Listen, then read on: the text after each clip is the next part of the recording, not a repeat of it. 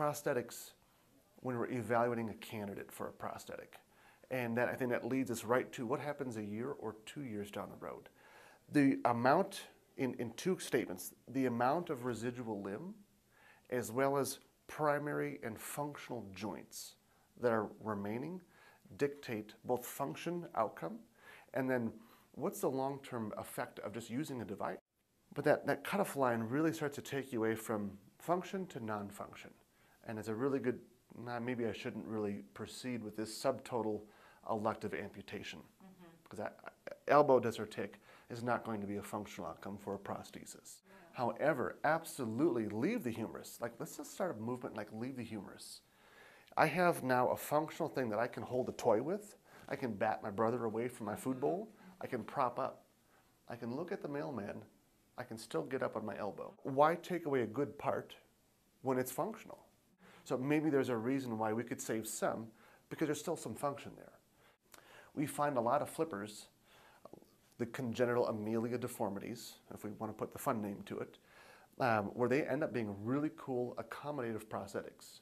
So we've got a functional shoulder, a kind of working elbow, and then this weird thing where the radius goes one way, ulna goes another. We've all seen that weird little thing, like a claw down here. So we get around, we rehab, we learn how to use the flipper with an accommodative prosthesis. We don't take the flipper, because now we have 3 3/4 leg. It's not used every step. It looks really strange when you're walking, but they can do it. They can reduce the impact on the remaining front leg or the back leg. It's always the same. I think that really leads us to the question of what happens after you get your prosthetic. Right. And what happens later? Like, what's that mean? So a lot of the intense work for any prosthetic candidate happens in the first 3 months.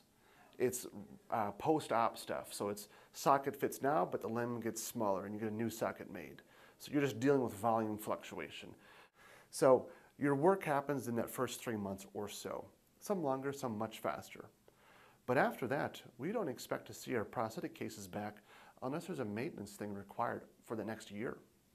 Once you've committed to take a prosthetic route, especially when you're talking about a subtotal amp, where it's a very determined thing, you're taking off parts of the leg and you're sewing them back together. So when you're down that road, the commitment that we first talk about, well, okay, we have a appropriate candidate for the prosthesis, but what about mom and dad? You know, where are we all at? Because this is certainly going to take some effort and some time. So once we get through the evaluation or the amputation, here we go. So that next part is, well, prosthetic is great. That's step one. Rehab and learning to walk again, that's the big part. So the commitment really is a lot less about you use the prosthesis daily. But the rehab is where the commitment comes in. Simply putting on a device, well, that's step one. That's kind of cool. If we don't roller skate and we put roller skates on our feet, we go to the skating rink, we could kind of learn to skate. We could get some places. We're not doing the triplet sow cow thing, but we could do some training. We could do some rehab work, and we could really become proficient in using these adaptive technology things that we call roller skates. The same is true with our prosthesis patient. They need to really improve their understanding of where the ground is. The proprioceptive response is not developed. We feel the socket, we don't feel the terminal end of our device. We step over the curb, we catch the curb.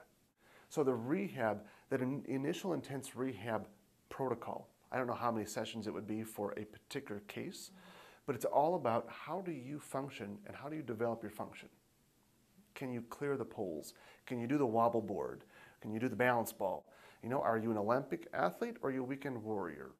We have to be able to stand and go potty. Well, okay, that's a fair goal right there. But it really comes right down to commitment means rehab.